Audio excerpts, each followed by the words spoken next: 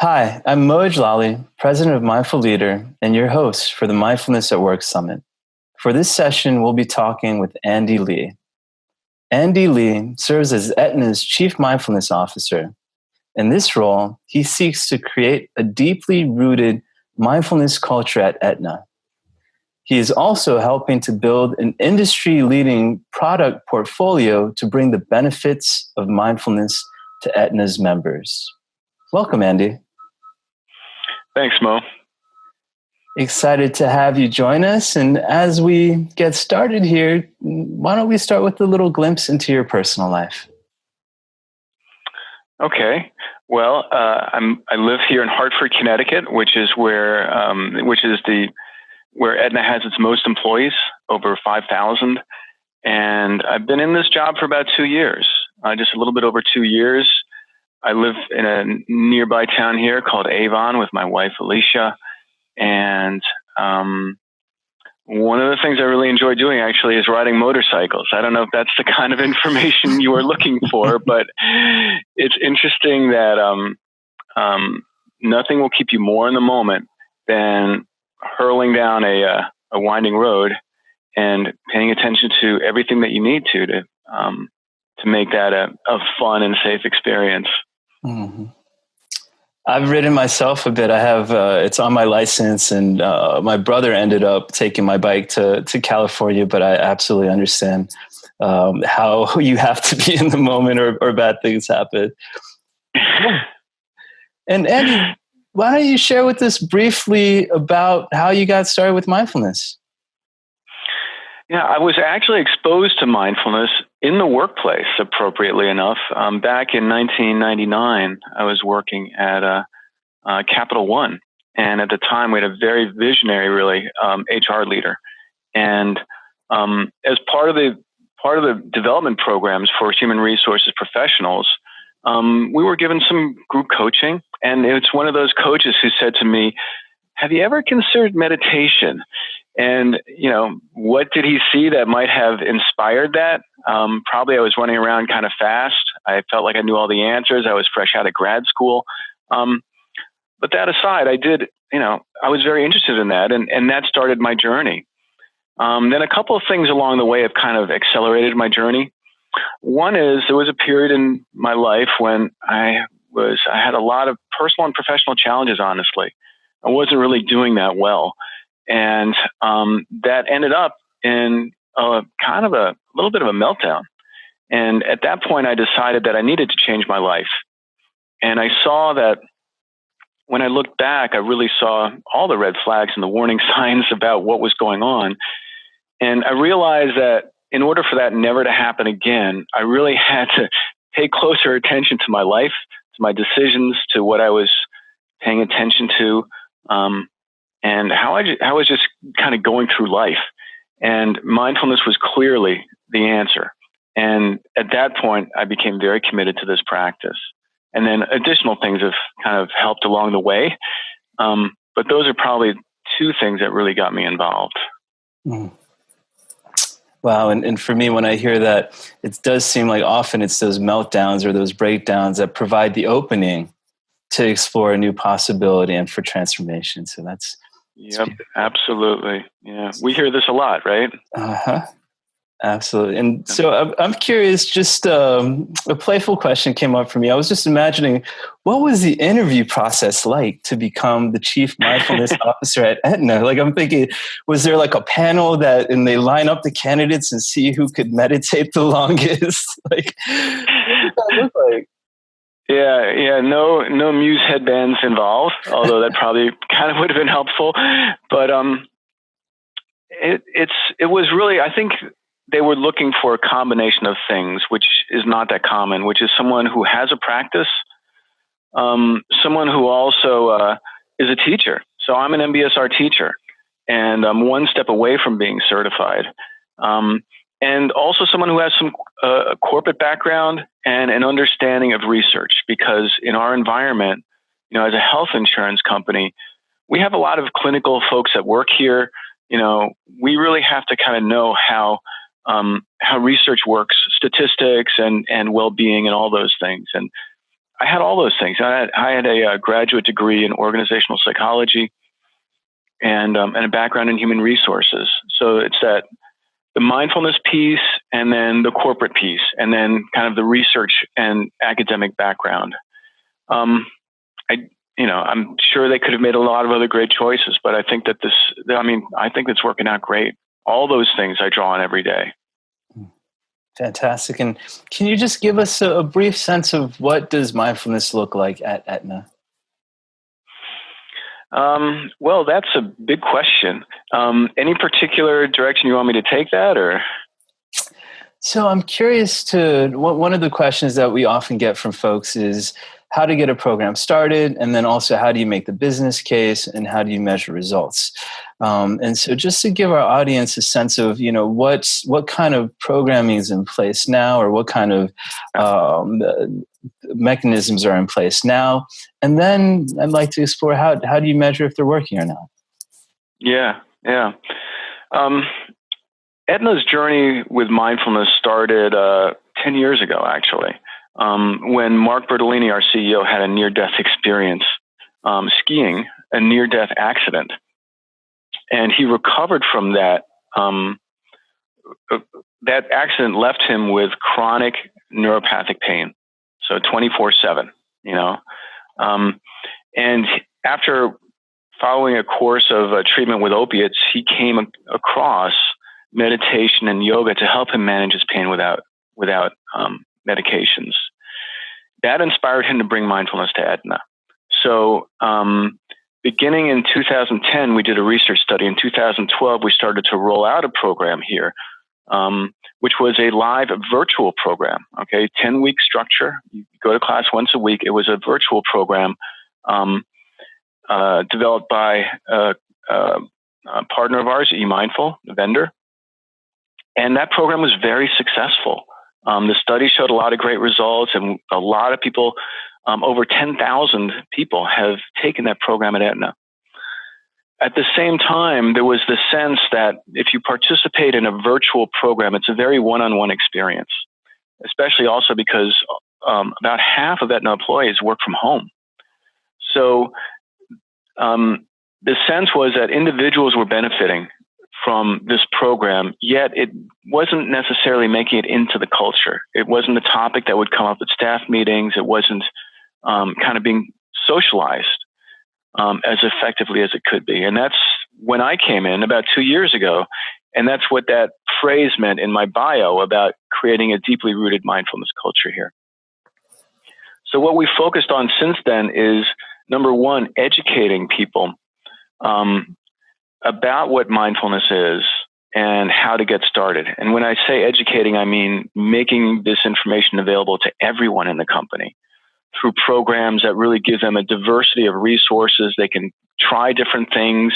It's not to get people to start a daily practice necessarily, but it's more to normalize it, to socialize and normalize what mindfulness is, and to clear up some of the misunderstandings. So even if a manager is not interested in mindfulness themselves, they will understand that it's valuable, and they will encourage their team members, the people that work for them, to participate. So we felt that that was really missing.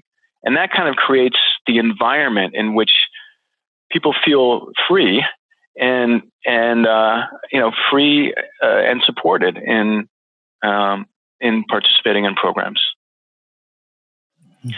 And then we've done a number of other things, most all with this idea of normalizing and socializing mindfulness. We have a group of mindfulness advocates. A lot of organizations have well-being champions or wellness champions. We have a network of employees who have all taken MBSR, and they've all gone through our own 10-week training, and they're out there supporting mindfulness in their own departments and their own locations. So those are just a couple of things that we've done to bring mindfulness more to kind of everybody here.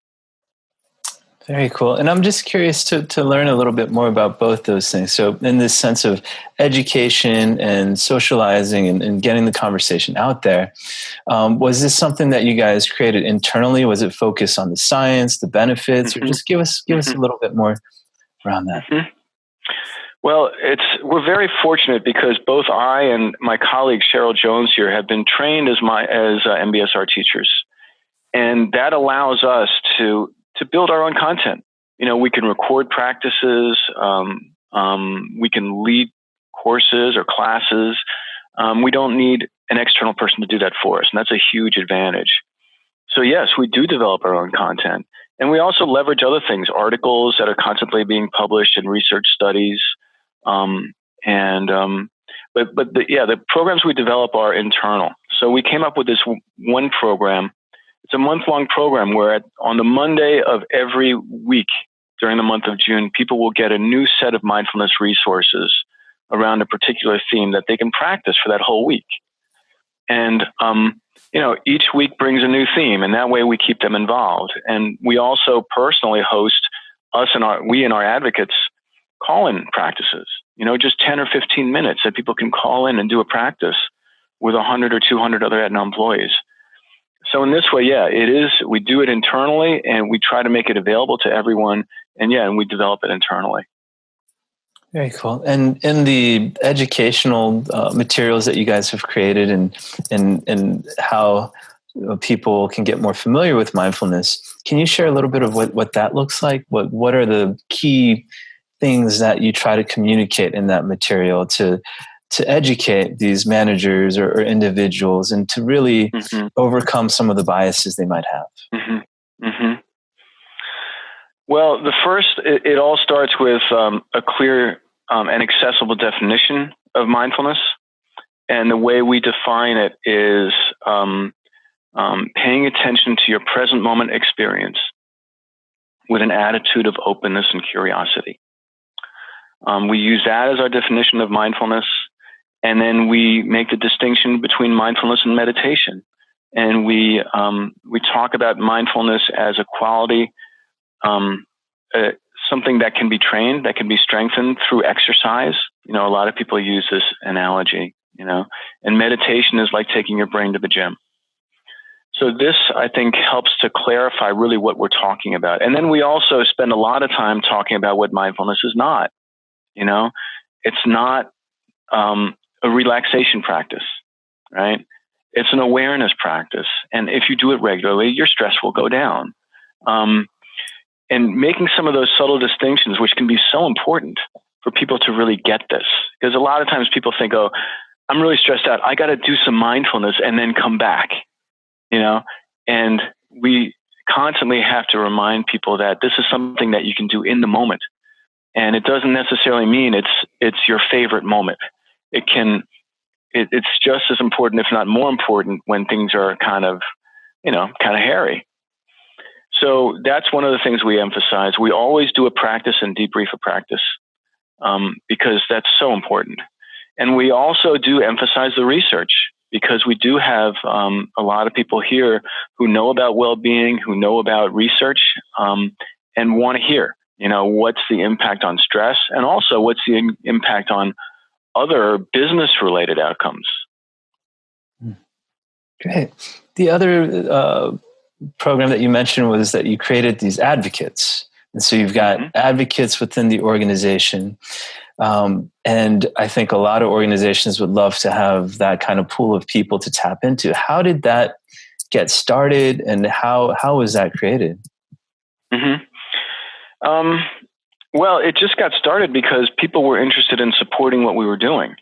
And also we realized that if we want to make this practice kind of real for people, it can't just be something that sits on the intranet, It can't be something that is just far away somewhere. Ideally, it's someone in your department or at least your business unit, or your site, your physical location that you can go to that can lead a practice, that can offer a presentation in a staff meeting and let you know what programs are coming up. So that's really how it got started. And, due to the training that had been done here before, in the years before I got here, there are a fair amount of people that were interested in supporting us. And how did you enroll them, bring them together, and organize? So it sounds like it was sort of a grassroots, a passion. People were excited about this, but how do you take that excitement and that willingness to want to sign up and make it into something that's really providing that local champion and sort of local touch point? Right. Well, it's pretty straightforward, really. First thing we do is we ask people to apply. We ask them to fill out an application, which tells us about their practice background, why they're interested in doing this, what kind of, what does a mindful workplace look like to them. And then we put them through additional training, as I said, to talk about how we define mindfulness, what we do and what we don't, what they do and what they don't, because we're not training mindfulness teachers here. That's a very long process. We're training advocates, and there are things that it's really important and helpful that they can deliver to their organizations. But we're not training teachers. The other thing we do is we have monthly calls, and we have constant contact with this group of people to let them know what's going on, to hear back from them, to support them in their work. And it's a great relationship. And we do have to, I'm very fortunate because this is a full-time job for me. And so many people I know do this simply out of passion and, may get moral support from their organizations or may not. And I'm so fortunate that I'm able to do this full-time. On the other hand, it does change the game a little bit because now we have to have real standards. We have to be accountable for what's being delivered. It's not just an informal group where everyone is free to kind of deliver what they want. And we need a level of standardization and accountability. And that's always a delicate line because we really want to encourage people's creativity and bring out the best in them. But we think that we manage it pretty well. And people, we've had some people who have been my advocates for almost 2 years now. And every now and then we do a survey. So far, we yet have someone who wanted to drop out, who said, I don't want to do this anymore. So I think that's pretty good. And I'm curious, these advocates have full-time roles and they're across the board, I imagine. And is there any difficulty in getting their management to allow them to spend the time doing this and approve them for the training and, possibly take them away from their primary job function? Well, we do ask them as part of the application process to have a conversation with their manager. And we're very clear. We say, this role could take 4 to 6 hours a month, so any week it could be 1 to 2 hours. Sometimes it'll be more, sometimes it'll be nothing. And so we ask them to get that support from their manager. Of course, things are never cut and dried, so managers may support something in spirit a great deal. And then there's sometimes then that people have other priorities. So it's constantly a dance and a negotiation, but we really haven't had that many issues because I think everybody really does appreciate mindfulness here. It's kind of a good news story. People really want to learn about it. They want to be part of it. With all the things that happen in corporate America today, it does feel kind of like a refuge, like one of the good things that's going on. I see. And asking 4 to 6 hours a month doesn't seem too much to kind of take on. So I could see that. Right. And I'm curious, what initiatives or programs or projects have you seen or have you tried that didn't work the way that you hoped? If you could share a lesson learned. Yes, I can actually. Well, we've got a couple, and that's part of the practice. So a couple of things that we have learned along the way, or relearned, learned and then learned again. One is that we created a course that we put up on our internal intranet site, Discover Mindfulness, that's available to all employees. And just a very basic 90-minute introduction to mindfulness course. And we found that our enrollment was just not that strong. So what we did then is we reached out to our HR colleagues, and we got that course integrated into our learning management system, where all the other courses are, the listening skills and feedback and management essentials. And as soon as it hit that site, we were maxing out. And right now we have 50 plus people attending each time we run one of those courses. So, understanding how to integrate with the resources that are available, that was the learning there. Another thing that we found is that mindfulness spaces, like physical practice spaces, we have one here in Hartford, and we have one at a couple other locations, and we want to create more. But it really takes some thought in terms of how to ensure that those spaces are leveraged. And I think a lot of times people who have a practice are very thankful for them. But if you don't, you might go to the mindfulness room, look in and say, wow, this is a nice room. I wonder what people do in here, and then walk away. So we've been thinking about how to, as soon as people open that door, how to invite them in, how to not make it about, oh, I guess I better go find a mindfulness app and remember to bring my phone and come down here, or take a class in mindfulness and then come down here, and then I guess I'll know. So we're exploring ways to really have perhaps a practice playing during key hours of the day.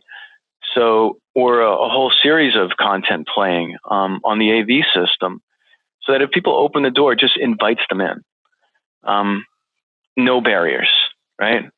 So those are two of the things that we found we weren't doing so well with. But once we got together as a team, I have two people reporting to me, and we brainstormed these things. So far, we've really been able to kind of solve these things as they come up. Very interesting. It sounds like there's a common theme with both, that the sense of accessibility and barriers. So with putting the training where people would look for it and it's easy to find, and then making the meditation rooms more accessible and inviting, and reducing the barriers. That's a great point. That's exactly right. And I'm curious to share what, in the time that you've been there, has been incredibly successful, or maybe a surprise, or something that you might brag about. Mm-hmm. Well, there's so much, Mo. Where should I start? Well, I would go back to this program that we've developed internally called the Mindfulness Challenge. And I have to say that challenge is a word that is probably not ideal to use for a mindfulness program. Yet it's the language that's used here for well-being programs, and in many places. We're doing all kinds of challenges all the time. Going forward, I think it would be great to have a mindfulness program that is not challenging people, because we get challenged all over the place, and maybe this is one place where we're not getting challenged necessarily. So, put that aside, it is a program that I mentioned where each Monday during a month, and in our case, it's the month of June, for people who participate, they get an email that gives them access to a whole range of mindfulness resources, including an educational video that we shoot ourselves, a mindfulness practice, 10-minute practice that we record ourselves, a link to a set of work tips, things that you can do to change your environment or change your habits to promote mindfulness. We write those ourselves as well. And then links also to external articles. So whether you're experiential, you want to just dive in and try something, or you want to read it and understand it cognitively first, or you're practical and you just want to, change something about your environment. This way people can engage in the theme for that week in any way that works for them. And what we found is that last year we had over 1,200 people participate, and we have 45,000 employees roughly. This year we're expecting to blow by that number. But even last year, we saw really great results when we looked at our metrics. And I know this is something that we wanted to talk about.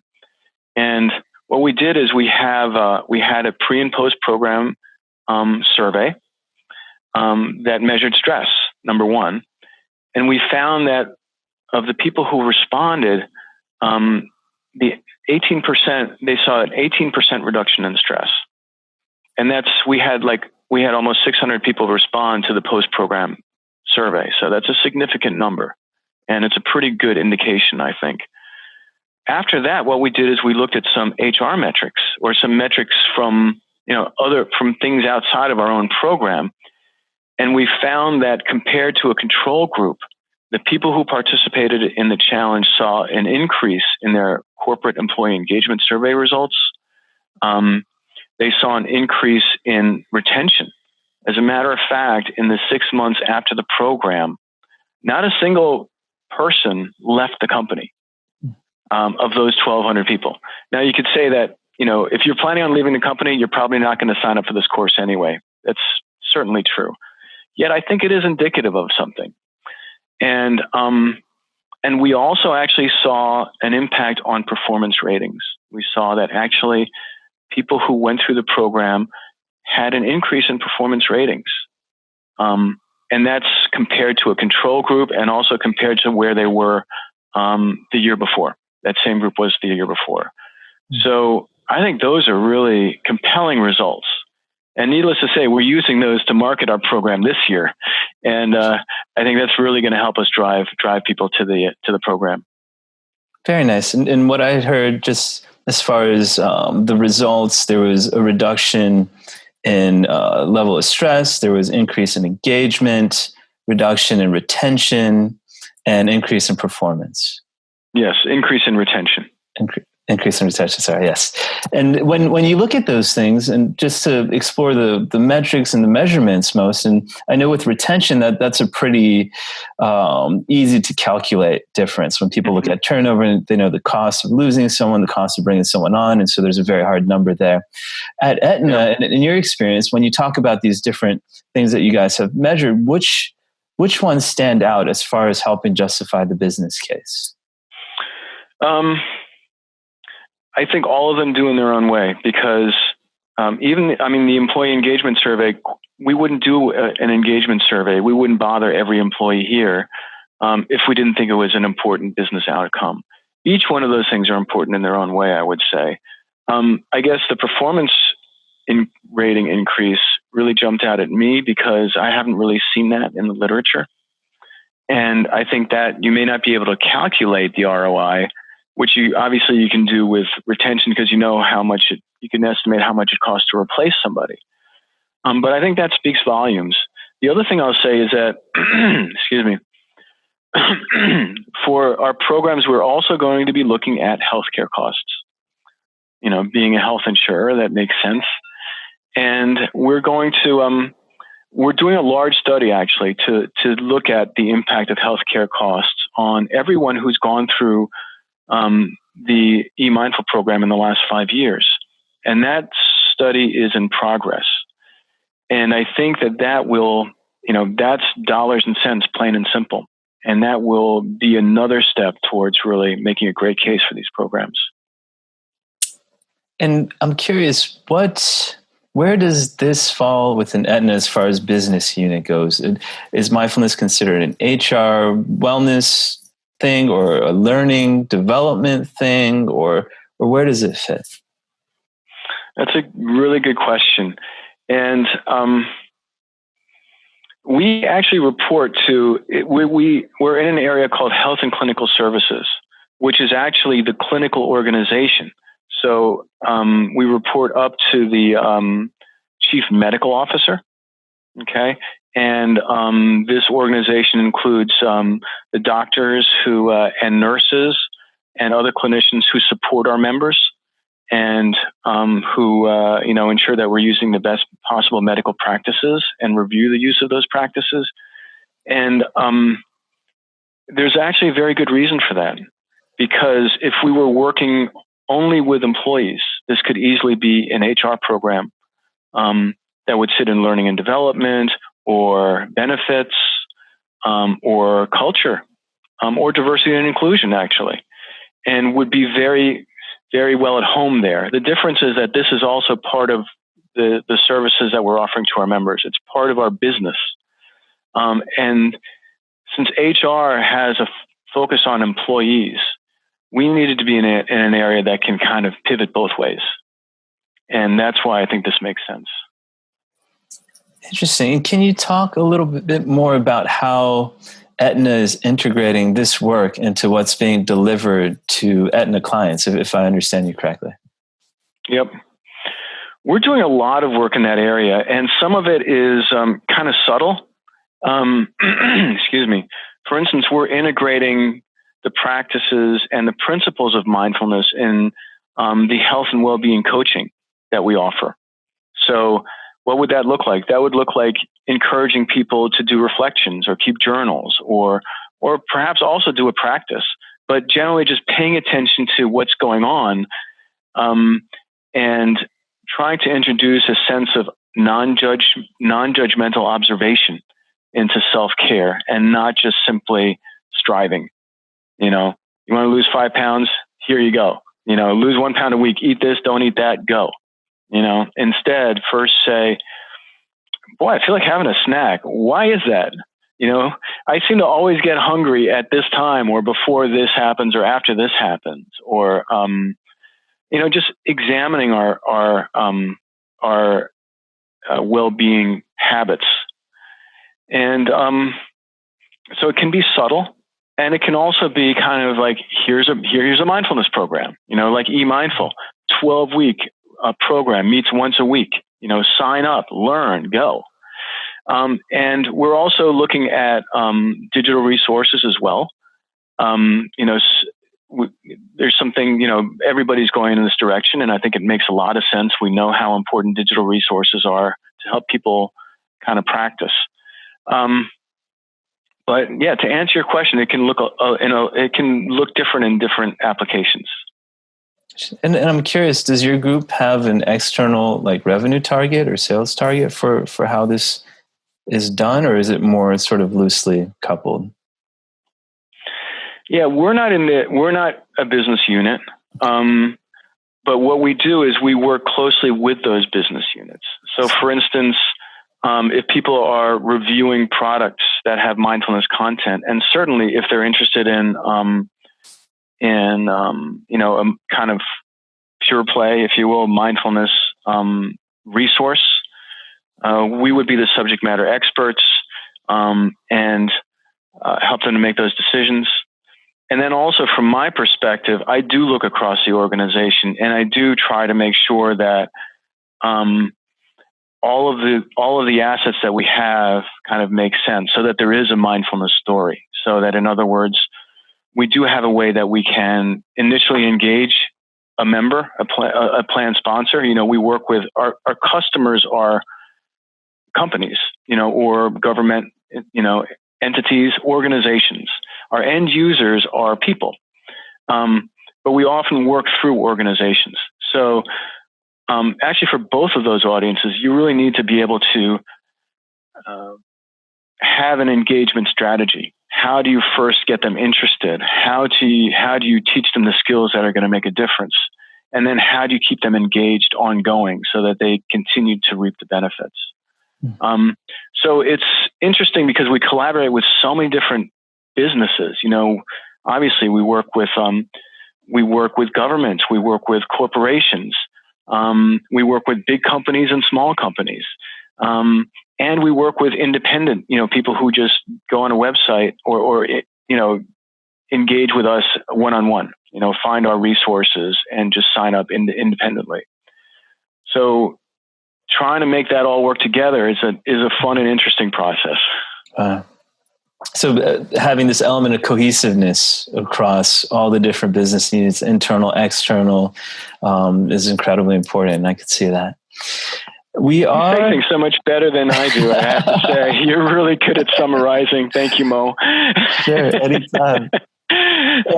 And we're coming close to the end of our session. And one thing that you mentioned briefly earlier, and I'm curious to explore as a final area to explore, with more digital assets, more sort of self-paced things, how do you cultivate that culture, and how do you cultivate community? How do you get mindfulness in the water?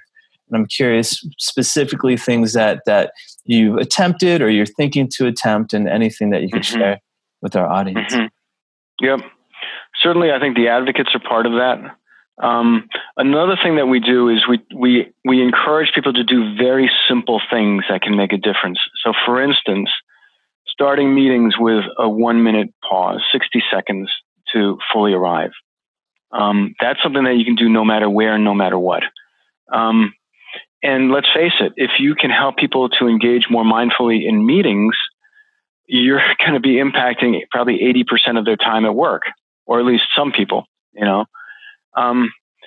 So focusing on the things that are accessible to everyone, and bearing in mind that there is a ceiling to the number of people who are going to practice mindfulness, who are going to develop a daily practice. And realizing that we really have accountability. I do as an employee here, as an executive here. I need to take care of all of our employees. I want to bring this sense of connection and presence and compassion to everyone here, to make this workplace a really great experience for everyone. And we have the tools to do that. So not just focusing on practice, but so many other ways that we can do that. Excellent. And my final question, just curious how all this talk of CVS and Aetna might affect things, and if you could imagine the best outcome, what that might look like. It's going to be really interesting to see. I certainly think that mindfulness is part of Aetna's brand, and I think that there's the potential for this to be a very important part of the new organization. And I think that we have the track record and the success to really support that. Of course, right now, those things are, right now we're in the planning phases, and there's really nothing that's going to happen until the transaction closes.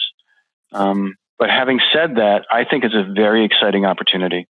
I mean, we really want to engage our members more directly. We want to be in the communities with them. And it's really kind of like looking at the strategy we use internally to engage our employees. That's the same strategy that Aetna and CVS are going to use to reach out to our members, to reach them in their communities in the future. And I think mindfulness can play a really important part in that. Yeah, and just one comment I have about that I was curious to start hearing. Like, I'm hearing more talk about community health versus individual health. And so I'm really curious to see how that develops and what that means for your program and other programs that could have great impact there. Yeah. Andy, this has been really fun and fantastic. If our audience wanted to connect with you or learn more about you, what would be the best way for them to do that? Well, the best way is probably to find me on LinkedIn. A lot of people do. And, that works really well for me, in order to be accessible to people and, kind of, not get overwhelmed in my day-to-day life. So, that would work great. What, you don't want 1,000 extra emails to respond to every day? I do want them. Unfortunately, I have other ones as well. So yeah, I hear you. Thank you, Andy, for sharing your insight and your wisdom here at the Mindfulness at Work Summit. Thank you, attendees, for your commitment to the advancement of mindfulness and compassion in the workplace. This is Mo Ijlali. See you next time. Thank you.